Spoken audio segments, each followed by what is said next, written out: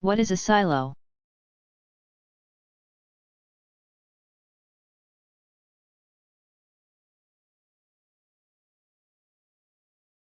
The tall, cylinder-shaped farm structures known as silos are used to store silage, which is animal feed.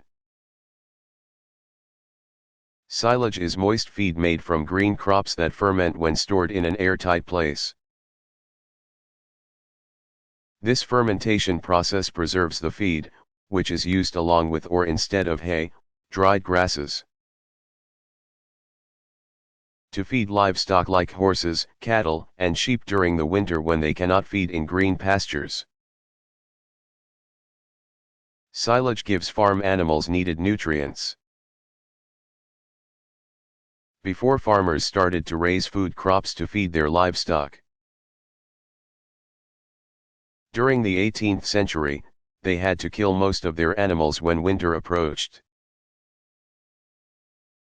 Because grass in pasture lands stopped growing and the creatures faced starvation. But herds of livestock could be kept year-round once farmers began to grow crops for winter feed. Root crops like turnips, as well as leafy crops, were sometimes used. Today, corn is the crop most often used for silage.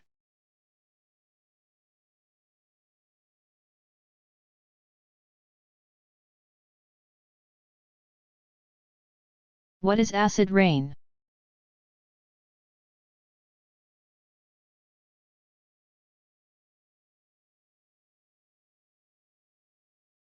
Some of the gases released as waste products from factories, cars, and power plants mix with water vapor in the atmosphere to produce acid rain, or sleet or snow. Rain is slightly acidic anyway, but when mixed with such chemicals as sulfuric acid and nitric acid, it can reach dangerous levels. Acid rain can damage soil, crops, and forests as well as eat away at the outer surfaces of buildings. In some places, acid rain that has fallen into lakes and rivers has caused severe harm to the animals and plants living there. Acid rain has affected many parts of the United States and Canada, as well as countries in Northern and Western Europe and parts of Asia. Because the wind can carry pollutants great distances from their source, many areas have suffered devastating effects of acid rain without being responsible for the chemical waste that caused it.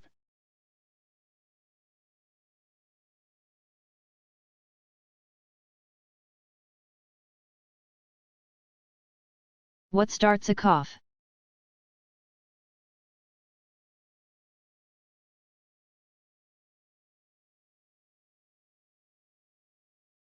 A cough starts with an irritation in the throat, windpipe, or lungs. Your body's automatic reaction to any such irritation is a very strong contraction of the muscles that control breathing, which causes a burst of air from the lungs to the mouth that is meant to clear your airways. The irritant may be dust, fumes from chemicals, or a particle of food. Colds and other respiratory infections often cause coughing, because they inflame your airways and fill them with extra mucus. Coughs are important and, in most cases, should not be suppressed with medicines. You need to cough to keep your airways free of things that could damage your lungs or interfere with your ability to breathe. If the cough is severe enough to interfere with sleep or to cause vomiting, your doctor may recommend medicine that will help suppress the cough.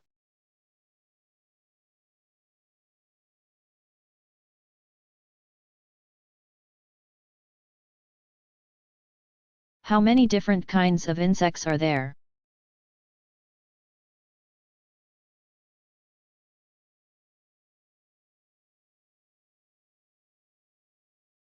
More than 980,000 species of arthropods exist, and most of those are insects. Estimates vary, but some scientists believe there are around 900,000 known species of insects. And many more species are yet to be discovered. Some experts believe there may be as many as 10 million different kinds of insects.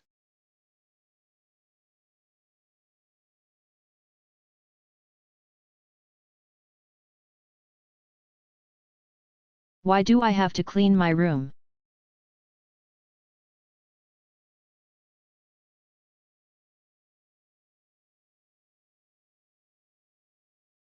Our parents have the big job of taking care of your home, and it's a lot more work than it may seem.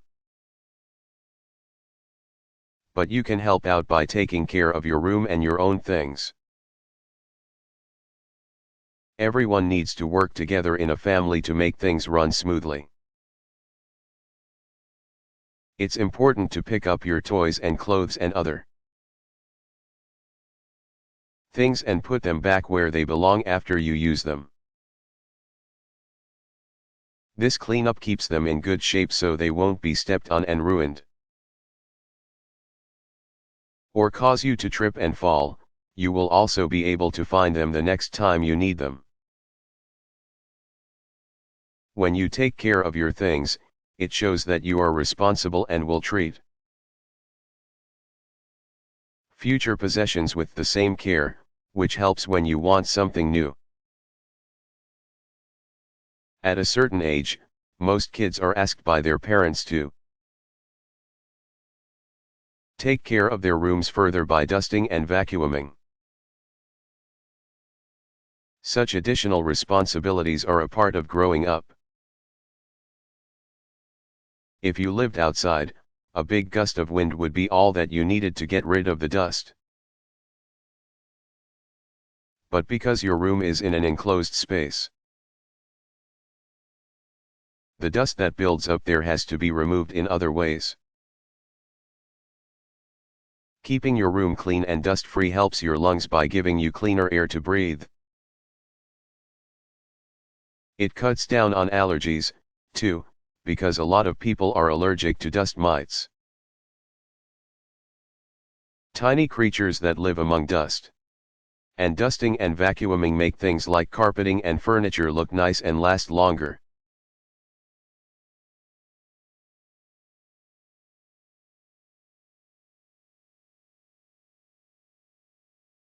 Which plant grows the largest fruit?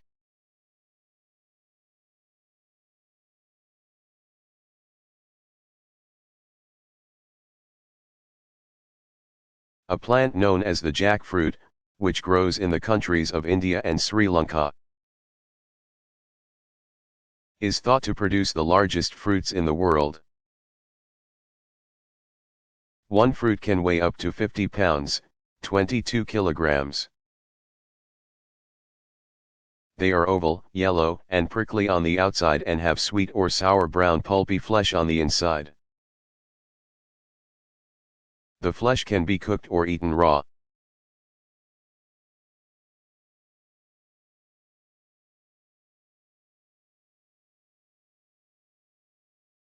Why can't people pet the animals at the zoo?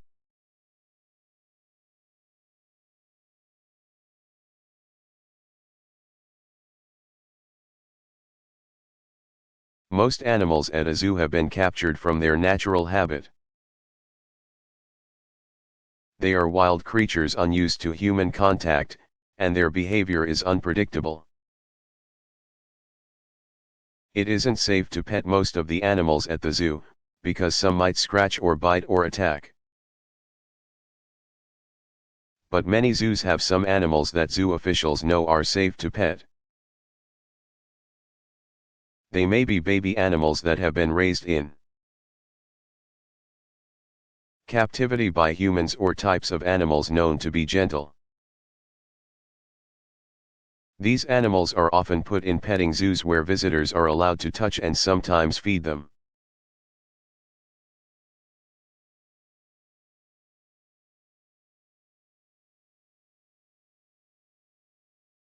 Why are babies born without teeth?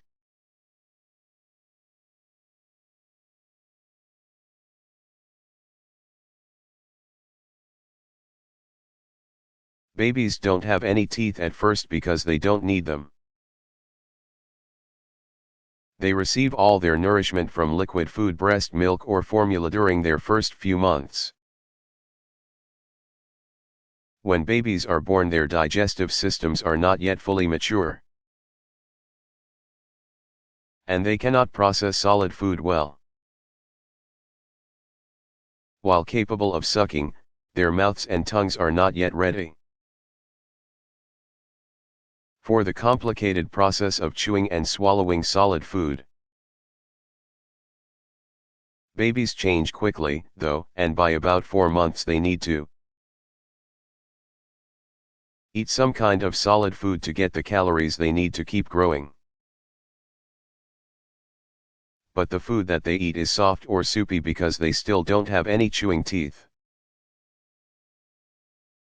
Still, babies can use their gums and tongues pretty well to eat specially prepared solid foods. And gumming hard foods prepares babies for the time when they will have a full set of teeth in their mouths, at about 2 years old.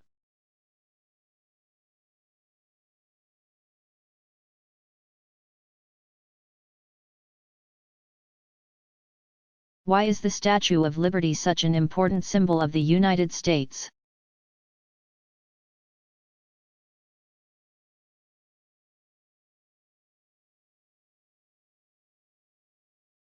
The Statue of Liberty stands for many of the nation's most cherished ideals: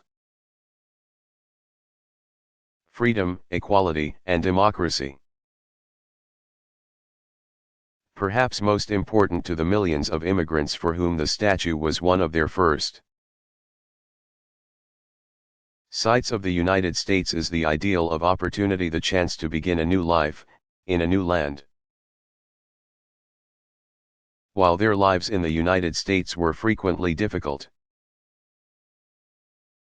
for millions of immigrants, America offered the chance to escape from grinding poverty and abusive governments in other lands.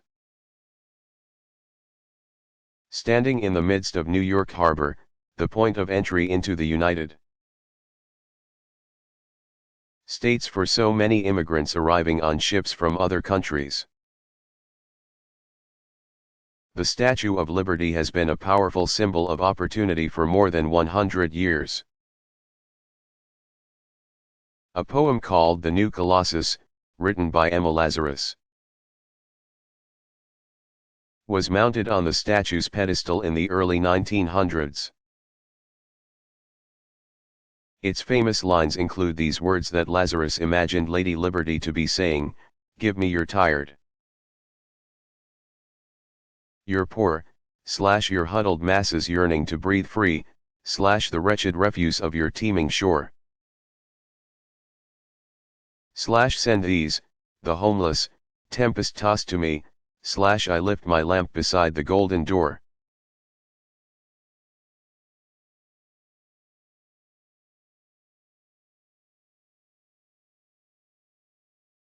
How was the universe created?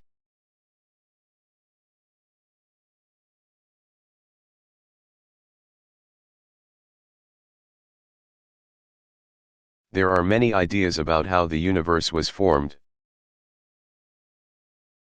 The most popular one is called the Big Bang Theory. It is thought that at the beginning of time, all the matter and energy in the universe was concentrated in a very small space or volume that exploded. Eventually, the matter left over from the explosion formed galaxies. Within those galaxies came to be stars, one of which is our Sun, and planets, including those in our solar system. The universe as we know it continues to expand, moving away from the center of the Big Bang.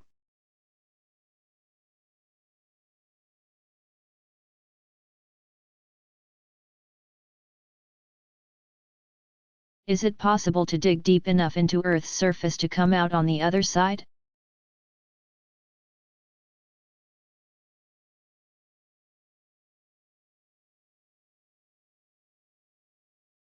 It's a journey that only a superhero could make.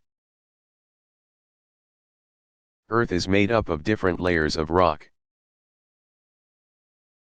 The outer layer, or crust, is solid layered rock that is about 20 to 30 miles, 32 to 48 kilometers thick under the continents and about 3.5 to 5 miles, 5.6 to 8 kilometers, thick beneath the oceans. Earth's mantle, which is made up of a different kind of layered rock, extends for another 1,800 miles, 2,880 kilometers, below that. Although scientists cannot penetrate this deep into the planet, they know that the mantle's composition is different from the crust because shock waves from earthquakes travel very differently through it. At the center of Earth is its core, which is more than 2,000 miles, 3,200 kilometers, deep.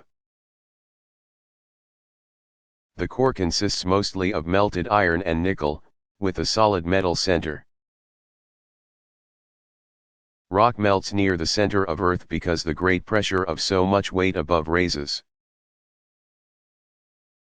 temperatures there to between 5,000 and 7,000 degrees Fahrenheit, 2,760 to 3,871 degrees Celsius.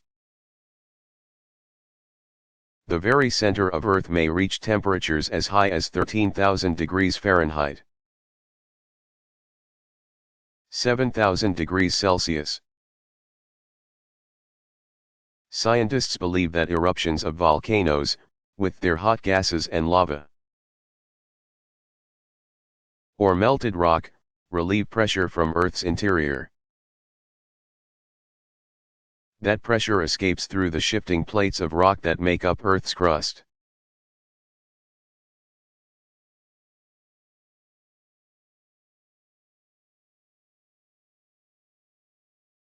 What causes a bloody nose?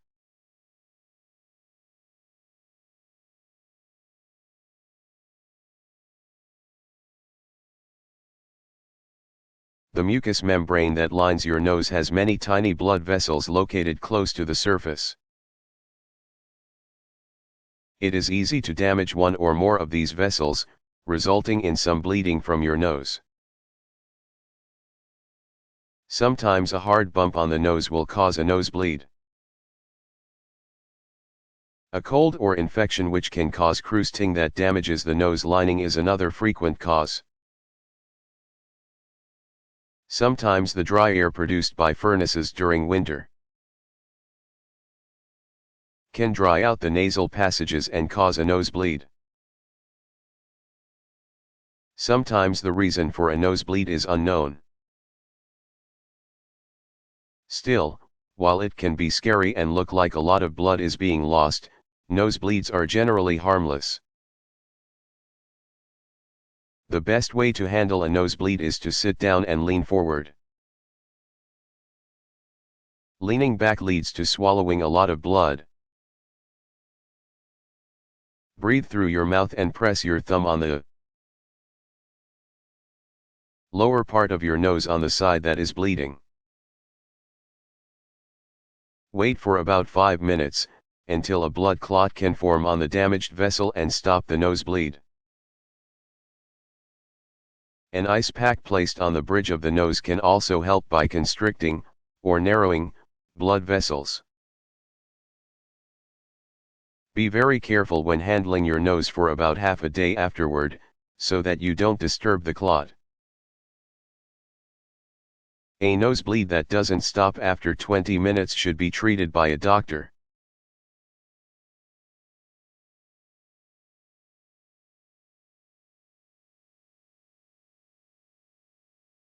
Why are some plants poisonous?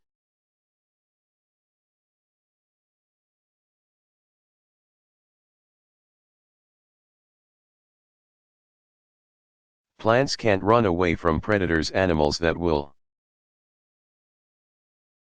eat them, so some have developed other methods of defense. Many plants have some poisonous parts. The leaves of a rhubarb plant are extremely dangerous to eat. For example, though its stems are quite harmless and tasty. Scientists believe that plants often have one poisonous part to keep predators away, while other parts remain harmless and safe for animal pollinators.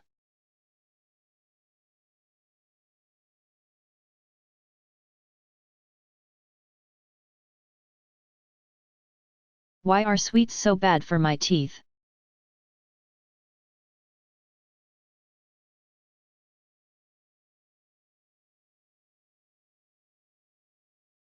The sugar and starch in the foods you eat are what tooth-damaging germs or bacteria in your mouth like best, as bacteria feed on these food particles. They produce acid that dissolves the hard outer covering, enamel, of teeth. Sweet and starchy foods, like candy and potato chips, that stick to your teeth are the most damaging. Snacking on these foods between meals increases the damage they do. For each time you eat such foods, your teeth undergo another acid attack. It is best to eat sticky, sweet and starchy foods at mealtime, mixed with other foods. In fact, it really makes sense to eat your dessert first instead of last, so that other foods can clear some of the sugar from your teeth. Tell that one to your parents.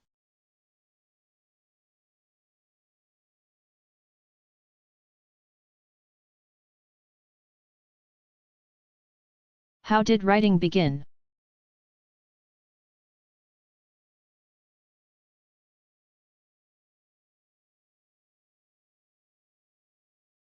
People communicated through speaking long before they began writing. Historians think that writing, a visible record of language, began around 4500 BC in Mesopotamia, located in the area that is now Iraq. People there, probably Sumerians, used wedges to make marks on wet slabs of clay that were later dried or baked to hardness, making a permanent record. Their system of writing, which consisted of symbols that represented words or syllables of words, is called cuneiform. At about the same time, the ancient Egyptians began to use a similar writing system called hieroglyphics. Pictures and symbols represented ideas and words or parts of words. Egyptians also wrote on clay tablets or carved hieroglyphics on the stone walls of monuments and tombs. They also painted them on paper-like materials made from river grasses, papyrus, or other plants. Few of these more delicate examples have survived. The Rosetta Stone, found in Egypt in 1799 and carved in 3 languages including hieroglyphics, gave scholars the key to understanding ancient Egypt's picture language. Later, the Maya people of Central America invented their own hieroglyphic writing system. None of these written picture languages are true alphabets, the symbols of which represent all the sounds of a language. The ancient Greeks created the first true alphabet around 1000 BC. The word alphabet comes from the names of the first 2 Greek letters, alpha and beta. All complex civilizations have some form of writing.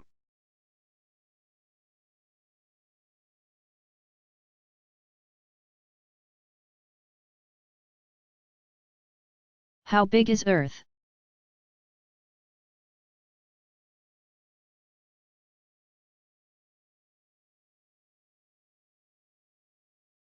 Earth, which is almost round in shape, measures 24,901 miles.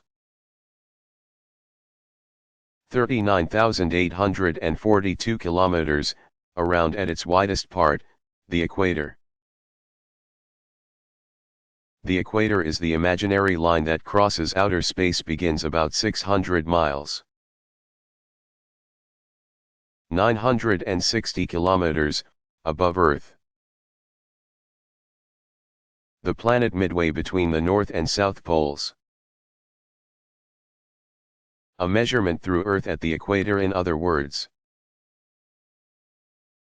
The planet's diameter reveals that it is 7,926 miles, about 12,700 kilometers, across.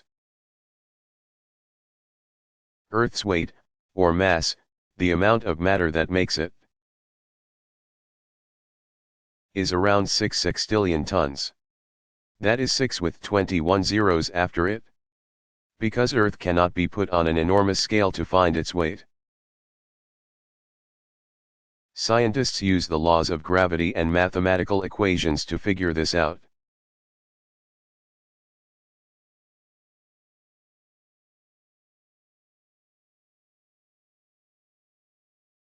Why do people do drugs?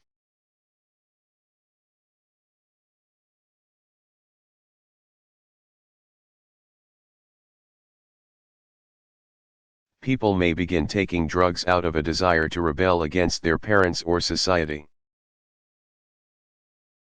Or because they long to experiment with new feelings and experiences. Many people take drugs to escape from problems with family or at school. For most people, drug use begins because they like the way they feel when they are under a drug's influence, or high. Different drugs have different effects. Some are stimulants, which means they give an energy boost and create a feeling of excitement. Others are depressants, which means they slow down the body's systems and produce a calm, relaxed feeling. But no matter how a drug makes you feel, it can't get rid of the things in your life that made you feel like escaping in the first place. In fact, drug use usually makes matters worse. Drugs reduce your ability to cope with difficult emotions on your own. And they will make problems you might be having in school or with your family even worse. While many people refuse to see the harmful effects of drugs, particularly when they first begin taking them, the fact is that every drug has the potential to be harmful, and many drugs can cause death. Drug habits are expensive, and they frequently cause unpleasant personality changes in the user, which results in strained relationships with family members and friends. Many people make the mistake of believing that the more accessible legal drugs, like cigarettes and alcohol, are not as dangerous as illegal drugs. But legal drugs can have serious consequences if a person consumes very large quantities of alcohol. Even if it's his or her first time drinking, it can result in a coma or even death. Many young people wrongly believe that inhaling household chemicals produces an easy and safe high. But inhalants, by coating the lungs and preventing the absorption of oxygen, can also kill, whether it's the first time or the 50th.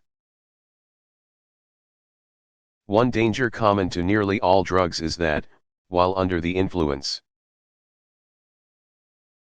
your judgment is impaired and you are more likely to do something that could harm yourself or others.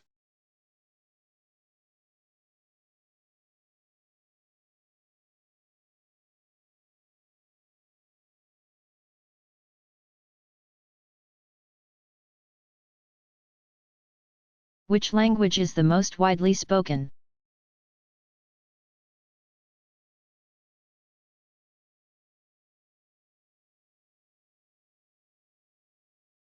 It is not surprising that Chinese the language spoken in the world's most populous country is the world's most widely spoken language. Although many different versions or dialects of Chinese are spoken in the country, the standard or official language Mandarin Chinese is spoken in its northern and central regions.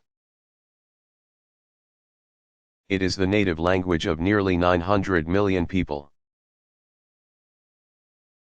Spanish is the second most widely spoken language, and English is third. English is the most common international language, spoken in more places around the world than any other.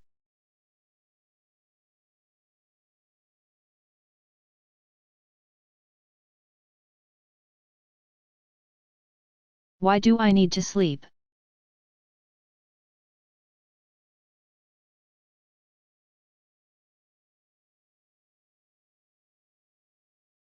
During sleep, your body systems don't work as hard as when you're awake.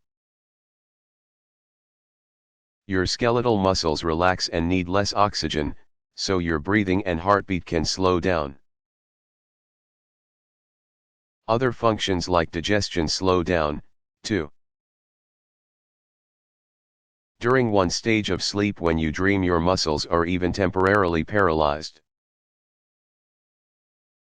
as your body uses less energy to run itself. It can use more energy for other important things, like growth and repair. In fact, a body chemical known as growth hormone, which is responsible for how big you will become, is produced mostly during sleep. Scientists have found that children who do not get proper sleep over long periods of time do not grow nearly as much as they should. So even though you don't feel like going to bed sometimes, do it for your body's sake. It will thank you in the morning, when you awake rested, repaired and even a little bit bigger.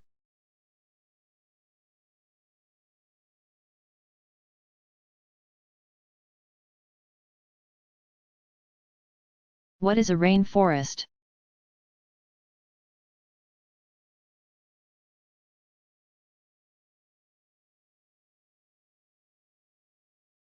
Rainforests are thick forests of trees and other plants, found in the lowland areas of the tropics around the world. Rainforests exist in parts of Australia, Indochina, India, the Malay Peninsula, the East Indies, in Central and West Africa, and in Central and South America. Unlike forests in many other parts of the world, which have been affected by global climate changes like the Ice Age, tropical rainforests have been growing uninterrupted in some places for millions of years. During that time, an unimaginable number of different types of plants and animals have evolved to use every food source and live in every spot there. Tropical rainforests have more plant and animal species than the rest of the world combined. And scientists continue to discover new species. Because tropical rainforests are located near the equator, their climate is warm. The name rainforest comes from the fact that they receive a lot of rain between 160 and 400 inches throughout the year. Plants grow very quickly under such ideal conditions. In order to get the sunlight that they need for photosynthesis, the process by which they and other green plants make their own food. Rainforest trees grow very tall, up to 130 feet, 40 meters, high. Their tops form a huge canopy that shades most of the ground, protecting plants on the ground from excessive sunshine as well as wind.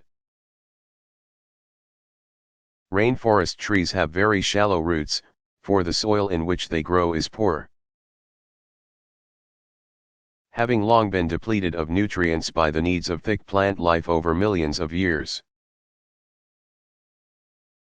But the abundant life all around contributes organic matter, the decomposed remains of plants and animals, to the surface of the soil, which is enough to nourish these grand, ancient forests.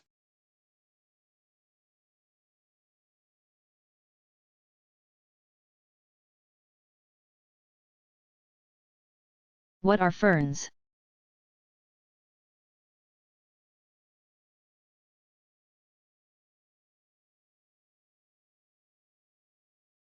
Ferns are green, leafy, spore-producing plants that can be found all over the world.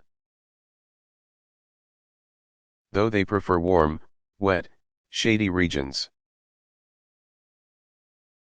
With more than 10,000 species, ferns are a large and diverse group of plants. Gardeners love them for their delicate beauty and their easy maintenance. Ferns range in size from tiny, 1 inch, 2.5 centimeters, varieties to tree-like plants.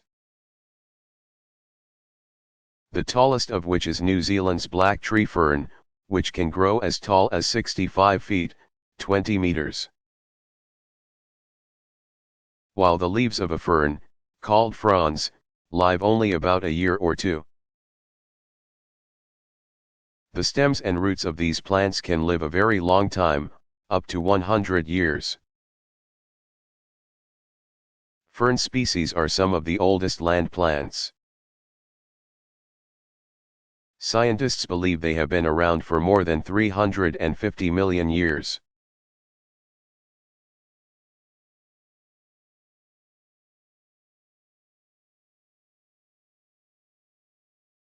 Do any lizards live in water?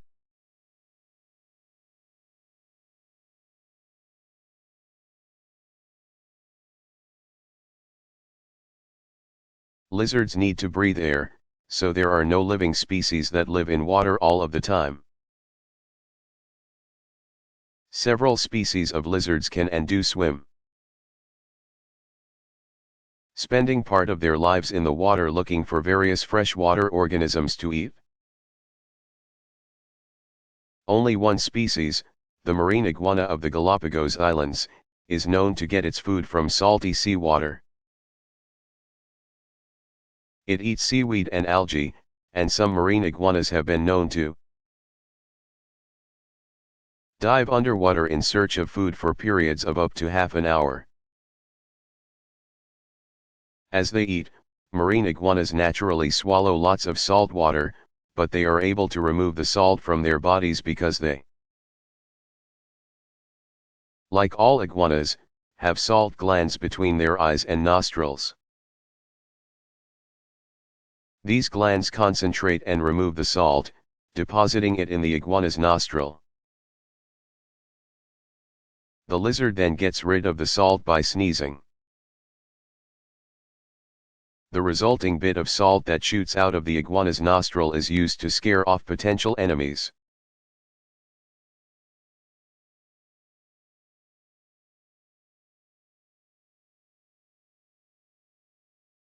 Why do people speak different languages?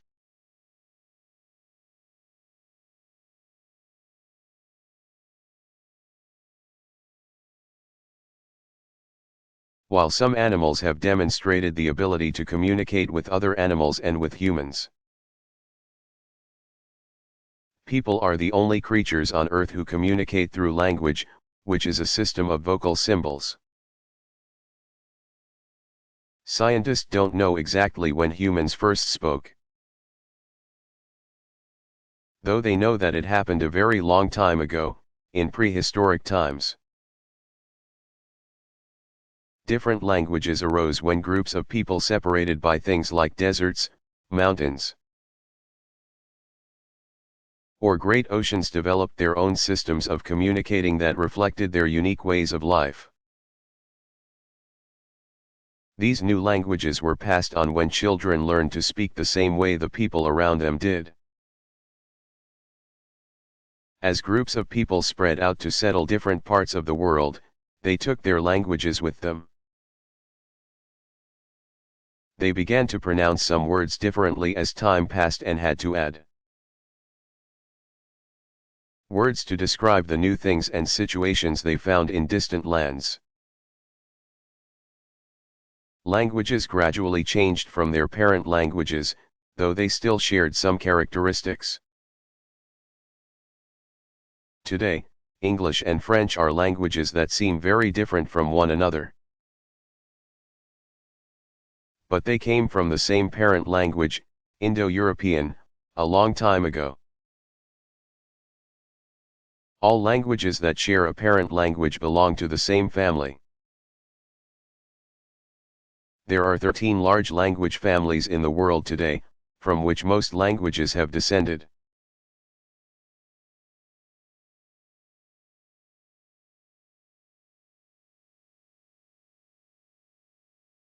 Why do I have to do household chores?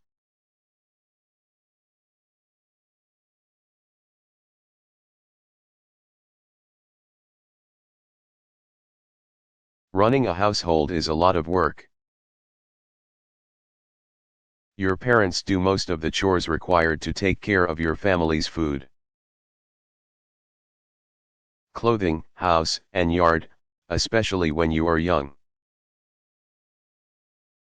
But as you become older, your strength and skills increase, and you can help out. Household tasks are called chores because they usually aren't fun to do. You can probably think of plenty of activities that would be more entertaining than cleaning your room or mowing the lawn. But these things have to be done by somebody.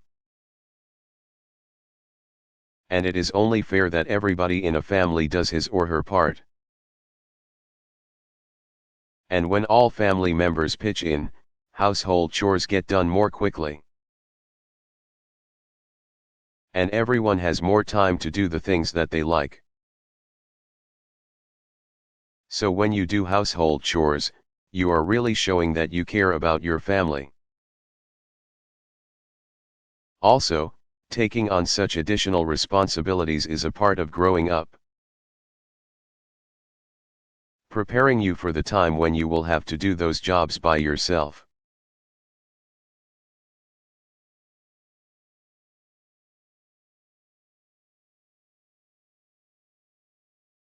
What do plants eat?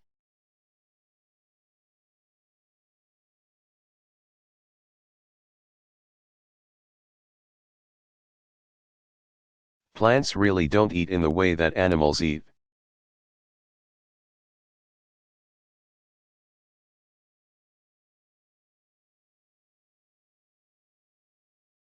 How does television work?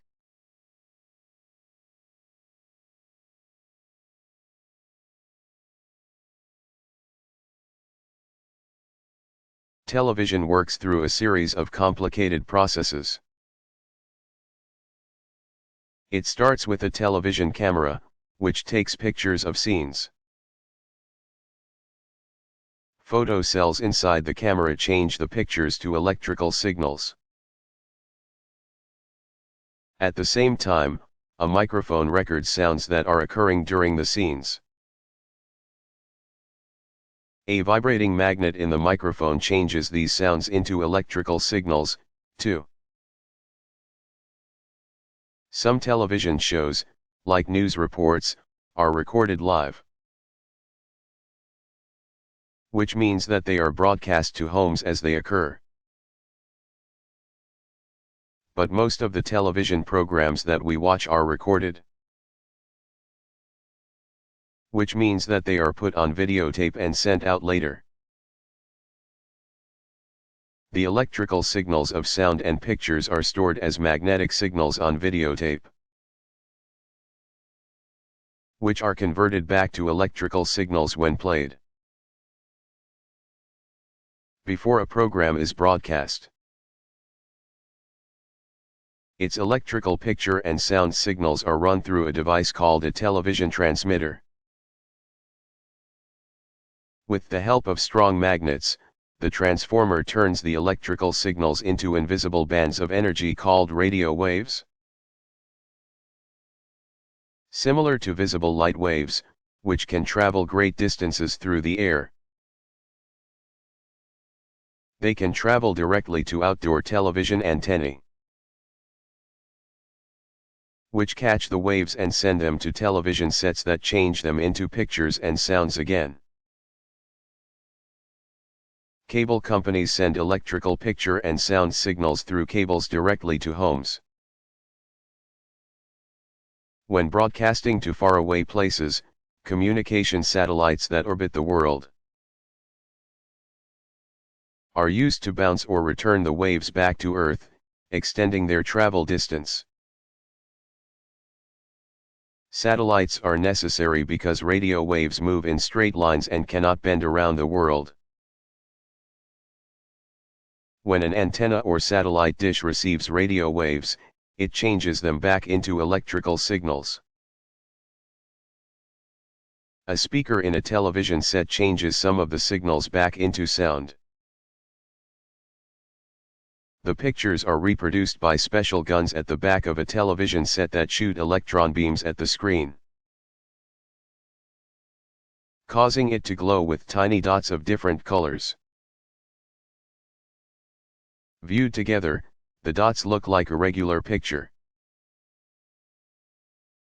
The individual pictures that make up a scene are broadcast and received one after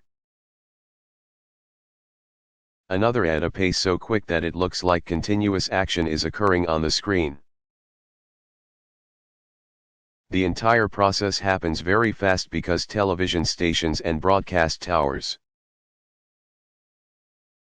are all around, and because radio waves travel very quickly, at the speed of light. Radio programs broadcast talk and music across the airwaves using the same technology.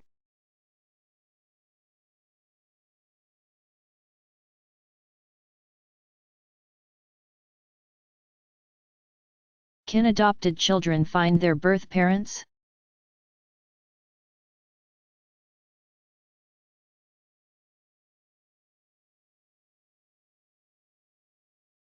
In many adoption cases, the identities of a child's birth parents are kept secret. This practice is meant as a protection for all individuals involved.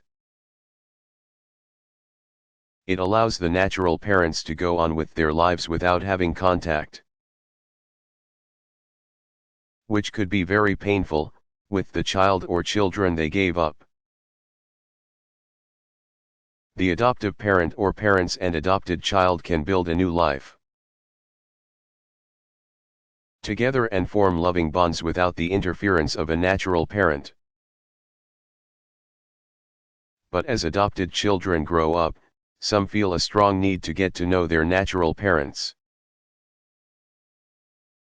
particularly their mothers, and to learn the circumstances surrounding their births.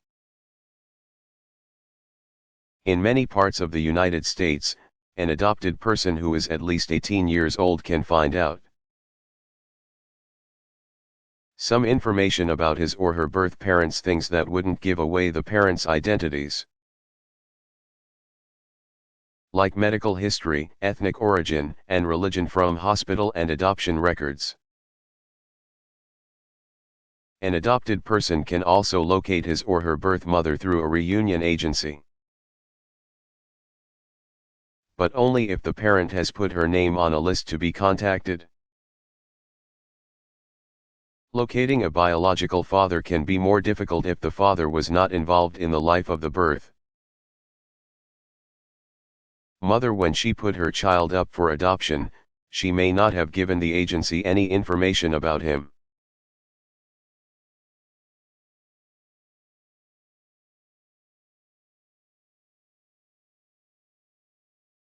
What is the strongest muscle in my body?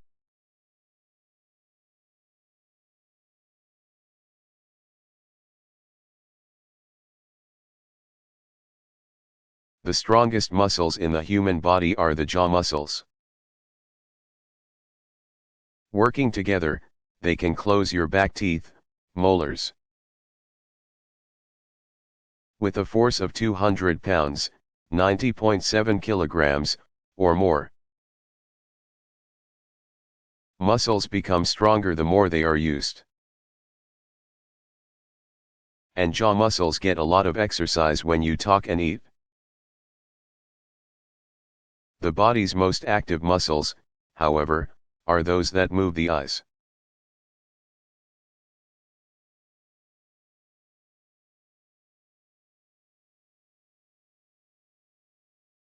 What is a sibling?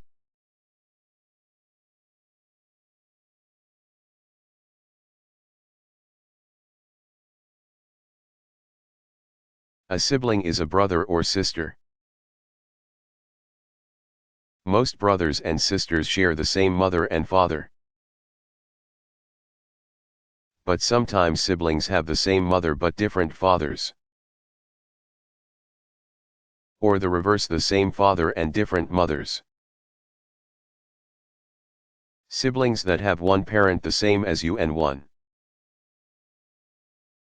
different are said to be half-brothers or half-sisters. You may have siblings who have a different mother and a different father from you. Those siblings are considered step-brothers and step-sisters. It doesn't really matter how you are related to your brothers and sisters, though. They are still an important part of your family and can be wonderful to have around.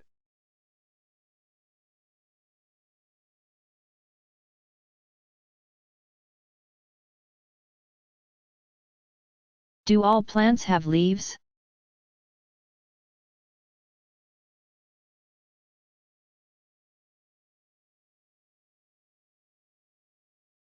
The simplest types of plants, like algae, don't have leaves. But they do have chlorophyll in their cells and make their own food through photosynthesis. Using sunlight, water, and minerals. Mosses have leaf-like structures that carry out photosynthesis. But they are not true leaves because they don't have the special tissues xylem and phloem that distribute food, water, and minerals throughout most plants.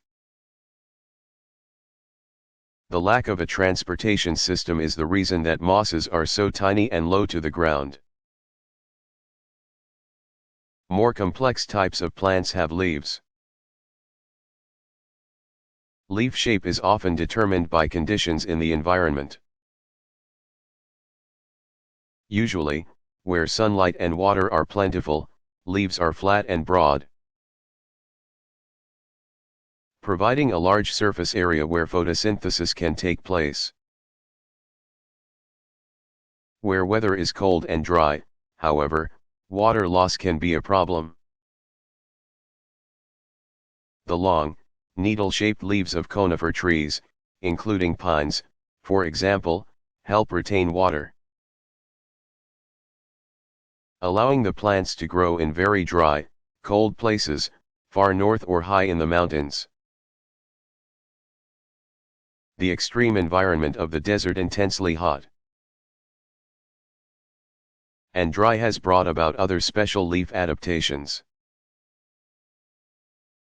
Many desert plants have fleshy leaves and stems, in which they are able to store large amounts of water. Over millions of years, the leaves of desert cactus plants became so small to restrict water loss through transpiration that on many only sharp spines remain. The thick-skinned stems or branches of cactus plants now do the job that leaves do for other plants, making food through photosynthesis.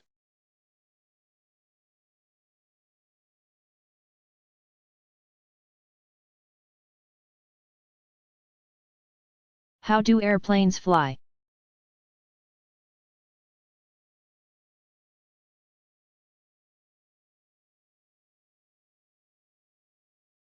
A large jet plane complete with hundreds of passengers weighs several 100,000 pounds.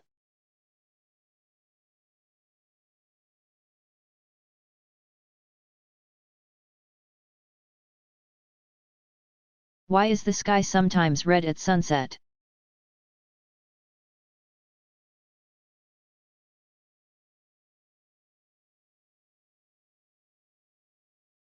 At sunset, the sun is low in the sky,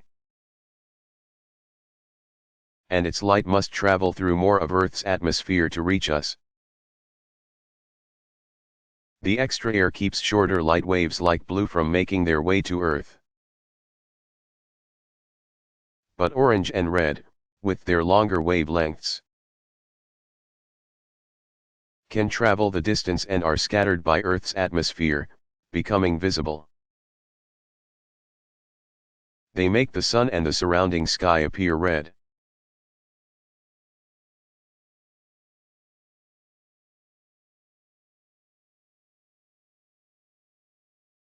How high can birds fly?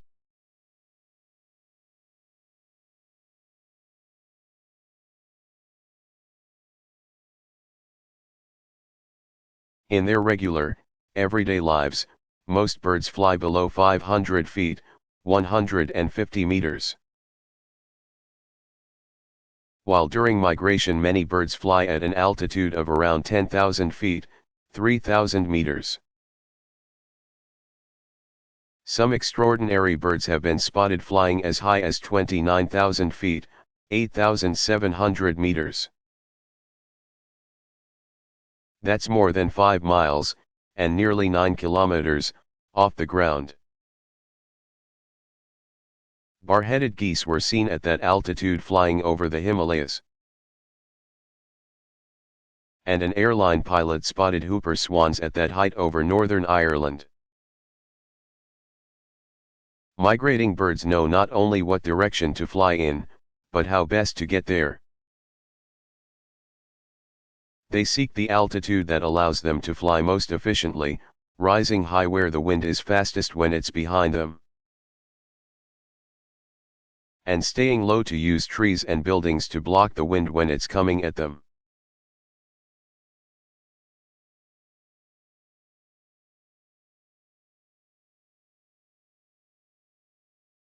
What happens if I swallow chewing gum or other things that aren't food?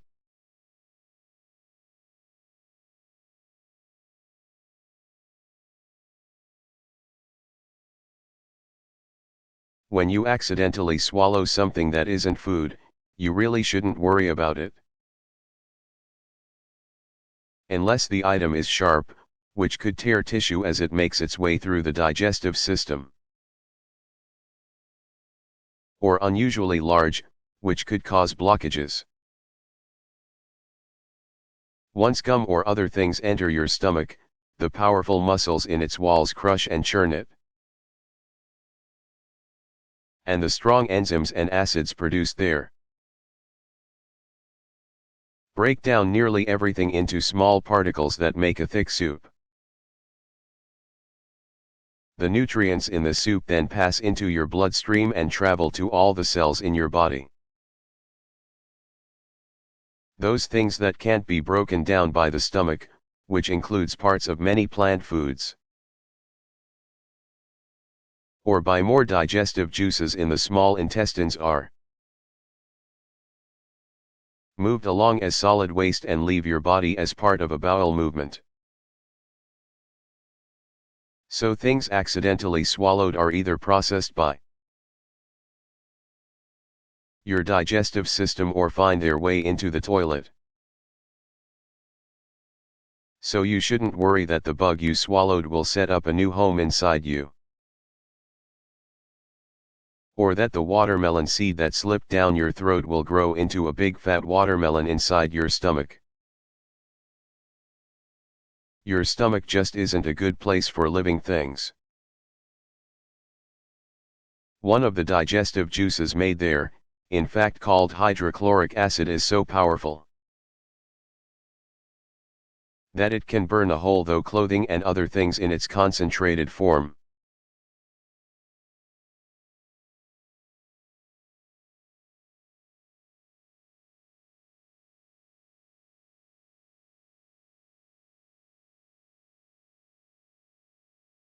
Why don't some kernels pop?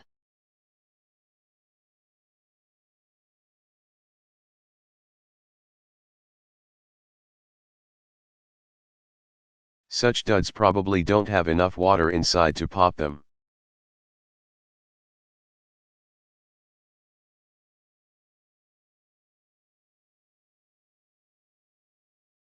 Can flying fish really fly?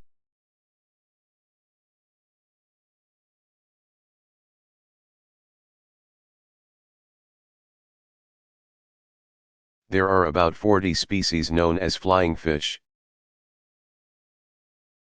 These small fish, around 18 inches, or 45 centimeters, long, are found in warm waters all over the world. They don't technically fly, but they can glide through the air, using wing-like fins and a powerful tail. When chased by a predator, a flying fish heads straight for the water's surface at a rapid speed, with its fins tucked in close to its body. As it breaks the surface of the water, it spreads its wings and uses its flapping tail, still underwater, to give it an extra boost. Flying fish don't go very high, usually just a few feet above the water, but they can glide for fairly long distances. As it reaches the water after a glide, a flying fish can use its tail to propel it up again for another run. Like a skipping rock that makes several bounces. A single glide can take a flying fish as far as 600 feet, 180 meters. And the total distance traveled over a series of consecutive glides can be as far as 1,300 feet, 400 meters.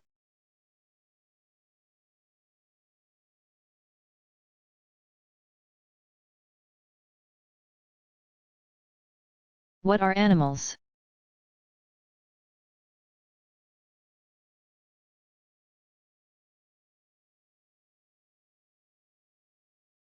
Animals are all the creatures belonging to the kingdom Animalia, ranging in complexity from simple organisms like sponges to highly developed human beings. Some of the other kingdoms are plantae, which encompasses things like grass, trees, and flowers, and fungi, which are things like mold and mushrooms. Animals make up at least 3/4 of all the species on Earth.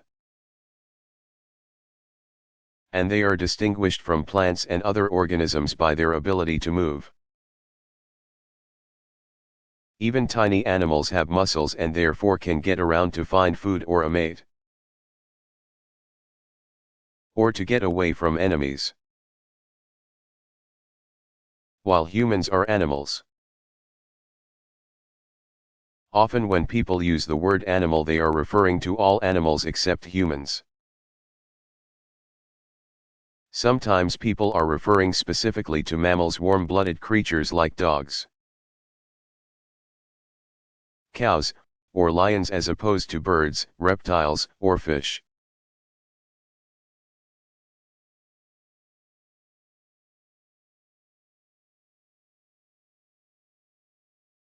Why do we have different time zones throughout the world?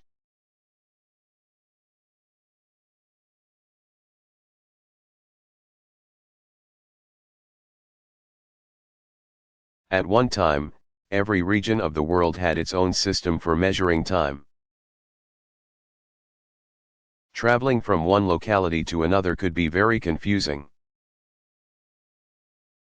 Adding to the confusion is the fact that, even if every place measured time in the same way, with each day being 24 hours, each hour being 60 minutes, etc., the fact that Earth is constantly rotating means that when it's midday in Chicago, Illinois, it's early evening in London, England. The rotation of the planet means that we can't have just one time zone for the whole world. If that were the case, then noon would be the middle of the day in some places, the evening in other places, and the middle of the night somewhere else. In some places, the sun would go down at 7 p.m. But that same hour thousands of miles to the east would be the time the sun was rising. In the late 1800s, participants at an international conference figured out a way to divide the world into different time zones to account for Earth's movements. In one day, Earth makes one rotation on its axis. It moves 15 degrees every hour, so after 24 hours it has come full circle, or 360 degrees. Scientists therefore decided to divide the planet into 24 sections of 15 degrees each. They used the imaginary longitudinal lines, called meridians, that run between the North and South poles. The starting point is a place called Greenwich, a London suburb. The line running through Greenwich is called the prime meridian. Every 15 degrees to the west of Greenwich is another hour earlier than what is known as Greenwich Mean Time, or GMT, and every 15 degrees to the east is another hour later. So if it is noon in Greenwich, in one time zone to the west it is 11 a.m. And in one time zone to the east it is 1 p.m. While the longitudinal lines are straight and fixed. The lines dividing actual time zones have been changed a bit to accommodate the people who live there.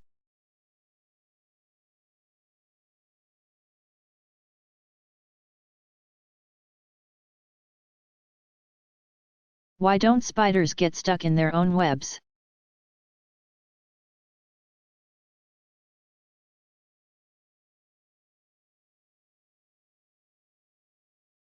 Some of the strands of a web are made of a different kind of silk that is not sticky. And spiders walk across these. But if a spider should happen to fall into the sticky strands, an oily covering on its body keeps it from getting caught.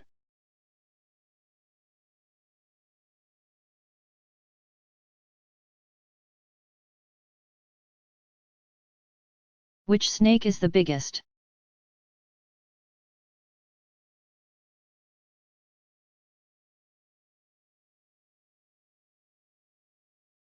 It depends on how the snake is measured. Many people believe that the giant, or green, anaconda is the largest overall, thickest and heaviest, while the reticulated python is the longest. Either way, these are both extremely large snakes. The anaconda, which lives near water in tropical regions of South America, commonly grows to be about 16 feet, 5 meters, long.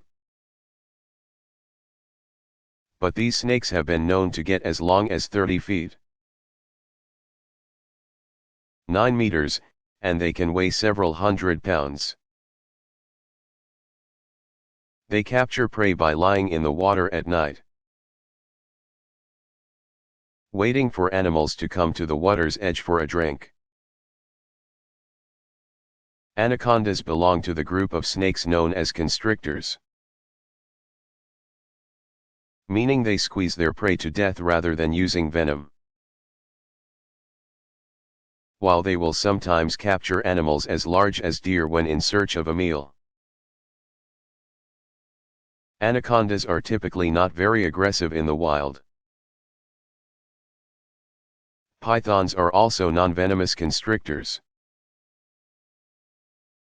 The reticulated python, one of about 25 species of pythons, is thought to be the longest snake in the world. It often grows to be about 26 feet, 8 meters, long, though longer specimens have been recorded. The Guinness Book of World Records notes that the longest snake ever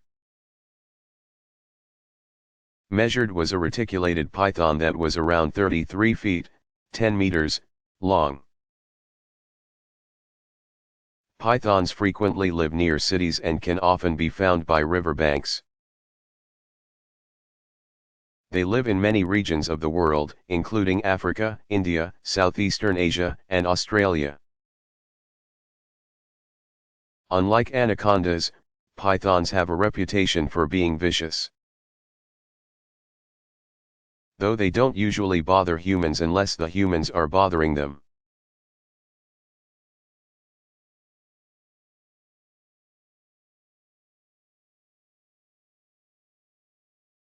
How does my body know to wake up when morning comes?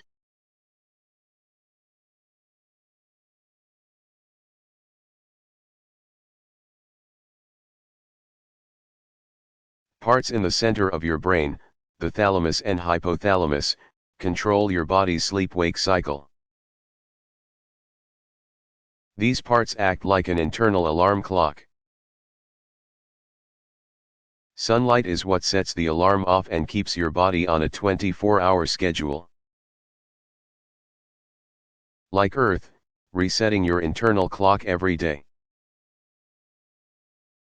If you didn't have to follow a busy schedule that sometimes required you to get up before sunrise. And if there were no artificial lights at night to extend your day past sunset. Your body clock would follow the cycle of the sun even more closely than it does now.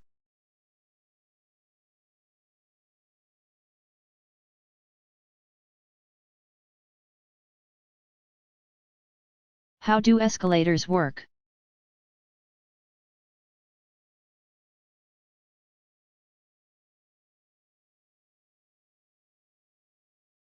An escalator is a continuously moving stairway. It takes people from one floor of a building to another, just like an elevator. But it can transport many more people than an elevator can in the same amount of time. Between 5,000 and 8,000 per hour. An escalator is run by an electric motor located at the top. It turns a large, geared drive wheel that moves a chain with steps attached to it in a continuous loop above the floor and below. A large return wheel guides the chain at the bottom of the escalator. So a set of escalator stairs runs under the set you travel on, which pop up for more riders. Rubbery handrails, which also move in a continuous loop, are connected to the drive wheel as well and give riders a good grip as they travel along.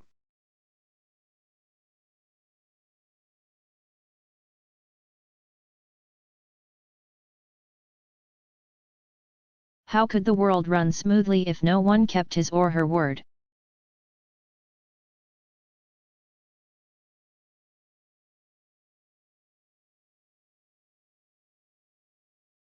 Once in a while, though, you have to tell a secret in order to protect someone, including yourself.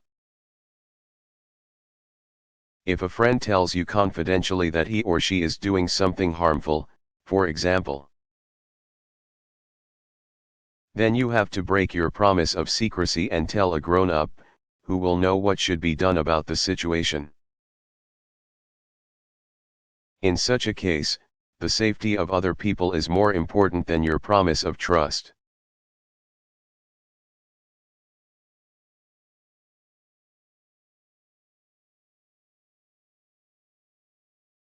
What causes hiccups?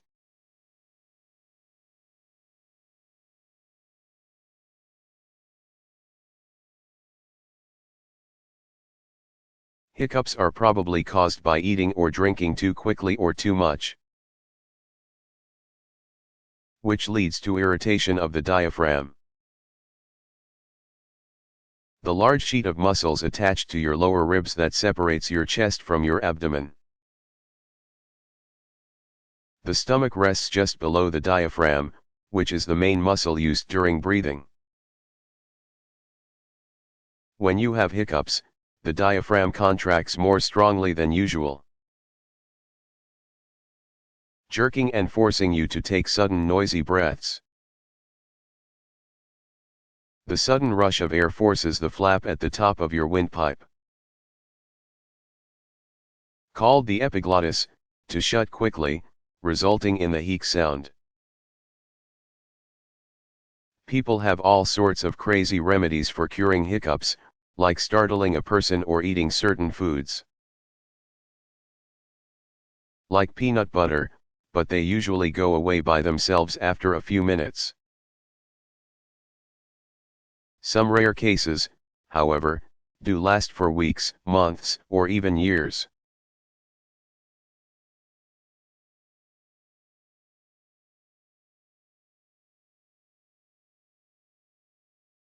What are the two main groups of trees?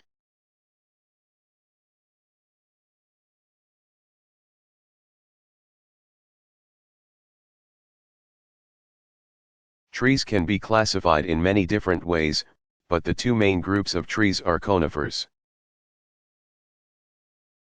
or softwood, trees, and broadleaf, or hardwood, trees. Conifer trees bear seeds in cones and have needle-like or scale-like leaves.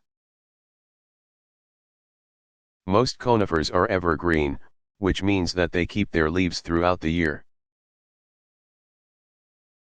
Pines, spruces, and giant redwoods are examples of conifer trees.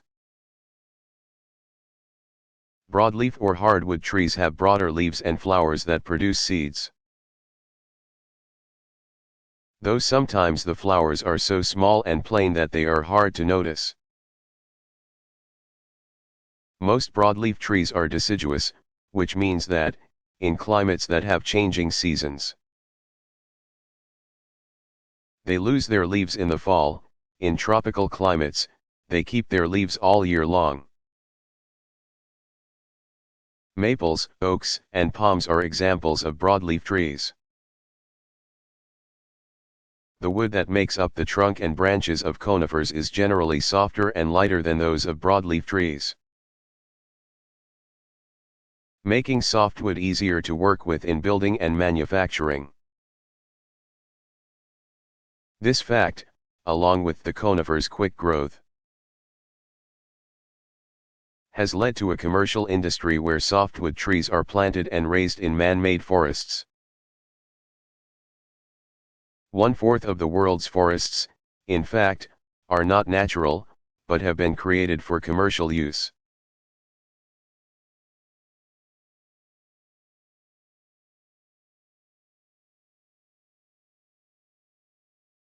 Why does our house make funny sounds at night?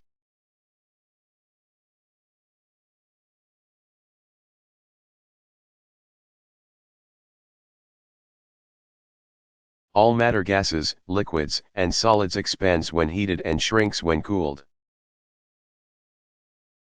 This principle explains some of the funny and unexpected sounds that your house makes at night. During the day, the sun's rays warm the materials your house is made of, like the wooden frame that supports its roof and walls, and they expand. Heat from the sun may also make the interior of your house warmer and even shine on some of its furniture. When night comes, the temperature outside can drop 30 degrees or more as Earth turns away from the sun. Things like house building materials and furniture become cooler, too, shrinking and slipping a little, which can sometimes cause creaking and groaning sounds. The noises are particularly noticeable at night because your home and neighborhood are so much quieter than they are during the day. Some of the funny noises you hear at night may also be sounds that are going on all the time, like the motor that runs your refrigerator or a dripping faucet that you just don't notice when you are busy and a lot of things are going on around you. But in the stillness of the night, when you are trying to fall asleep, You can suddenly hear them all, loud and clear.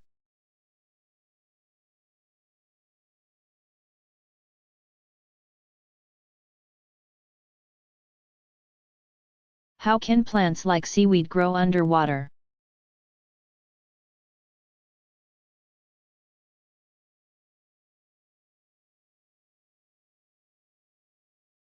As long as they get enough sunlight to carry out photosynthesis. Plants can live at various depths in oceans or other bodies of water. The stems of most underwater plants usually hold them upright so they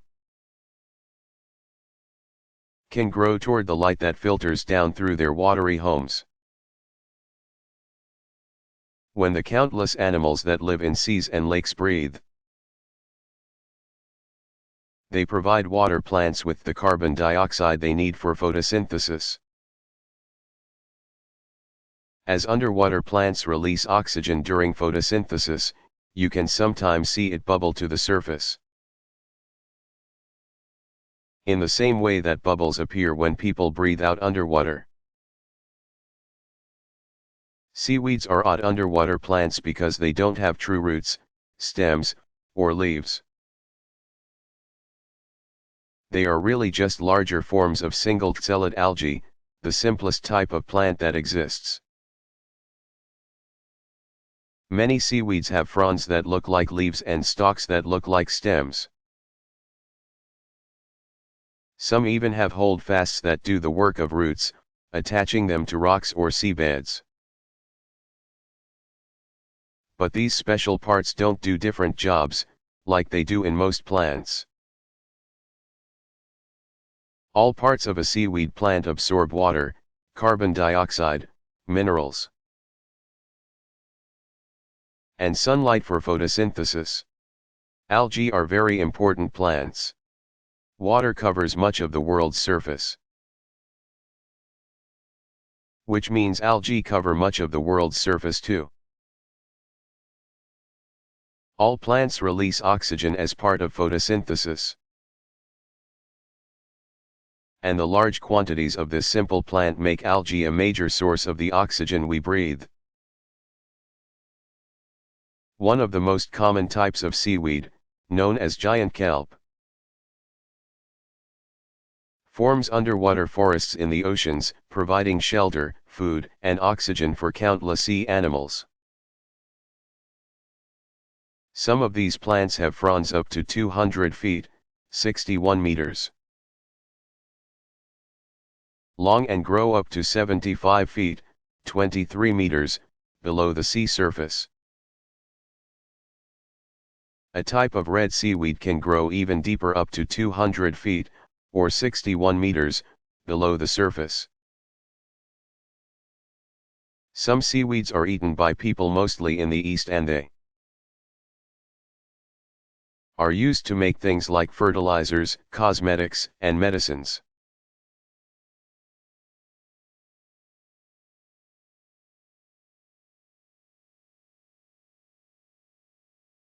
Can spiders fly?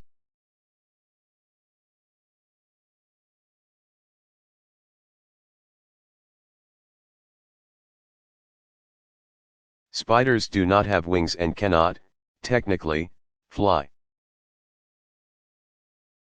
Several types of spiders, however, can travel long distances through the air by a process called ballooning. The spiders spin long strands of silk that are caught by the wind, carrying the spiders along the currents. Spiders can travel far by this method, as far as hundreds of miles. And in some cases they can fly as high as 2,600 feet, 800 meters. One spider was even recorded at an altitude of 15,000 feet, 4,572 meters.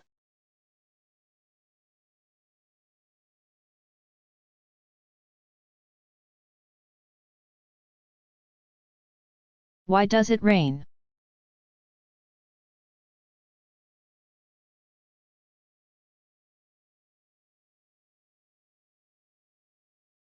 when the water droplets or ice crystals that make up clouds become too large to remain suspended in the air, they fall. Water in any form that falls from cloud, snow, rain, hail is called precipitation. Many different conditions cause precipitation. In tropical regions of the world, air currents cause the water droplets in a cloud to bump into one another. This bumping forces them together into larger droplets and they fall as rain. If the cloud is high in the sky, and the air the rain passes through is warm and dry, the rain may evaporate before it ever reaches Earth. In colder climates, most rain starts out as snowflakes or ice crystals.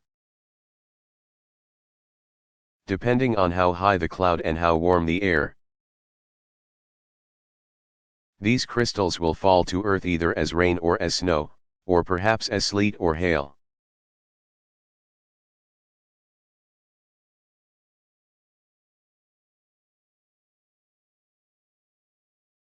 Why was the Statue of Liberty built?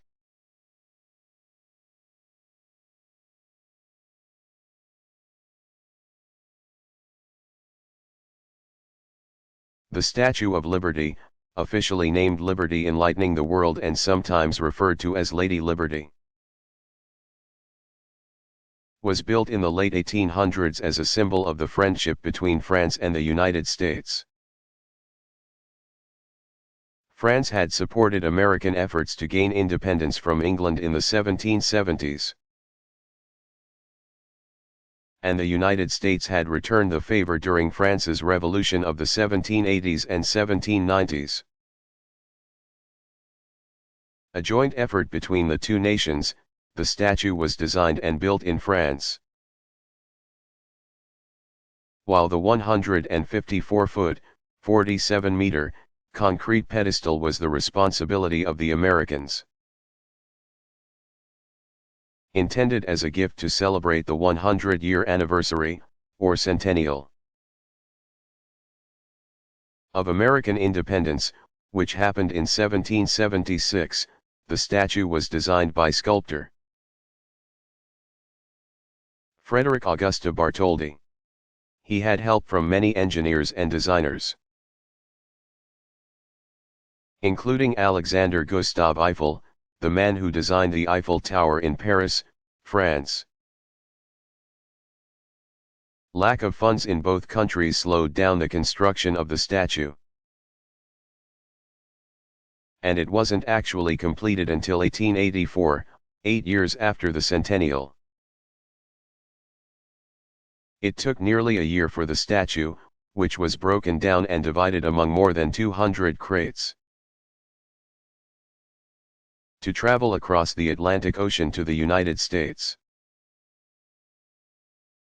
And it was another whole year before the pedestal was completed. Finally, on October 28, 1886, the Statue of Liberty was officially dedicated in front of a crowd of thousands. Made of copper and steel, the statue, which depicts a woman who represents the concept of liberty, stands just over 151 feet, 46 meters, tall, plus the height of the pedestal. To give an idea of just how big the statue is, bear in mind these statistics: her index finger is 8 feet, 2.4 meters, long, her nose is 4.5 feet, 1.4 meters, long, and the width of her mouth is 3 feet, 0.9 meters. Lady Liberty holds a torch in one hand, symbolizing enlightenment or freedom from ignorance. The other hand holds a plaque that bears the date of American independence, July 4, 1776.